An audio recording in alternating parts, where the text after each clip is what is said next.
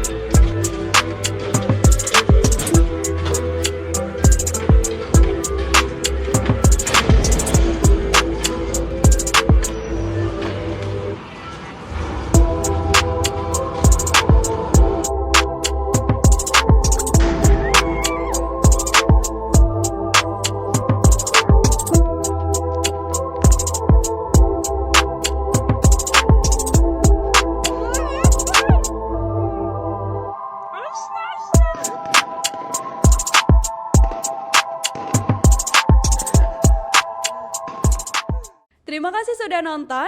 Jangan lupa like, subscribe, dan share ya.